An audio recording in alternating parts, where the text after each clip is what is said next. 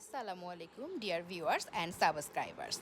আমার মতো যারা ভর্তা প্রেমী তারা তো রেগুলার খাবার আইটেমে একটা করে ভর্তা রাখতেই হবে, তাই না?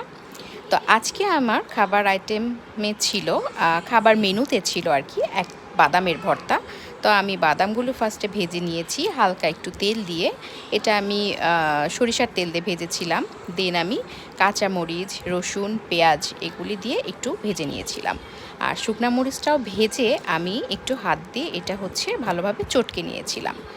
তারপরে সবগুলি উপকরণ একসঙ্গে, বাদামটাও সঙ্গে দিয়ে আমি ব্লেন্ডারে ভালোভাবে ব্লেন্ড করে নিয়েছি। আর ব্লেন্ডারে ব্লেন্ড না করলেও কিন্তু আপনারা এটাতে পাটাতে পিষেও এই ভর্তাটা তৈরি করতে পারেন। আমি ব্লেন্ডারে ব্লেন্ড করেছিলাম।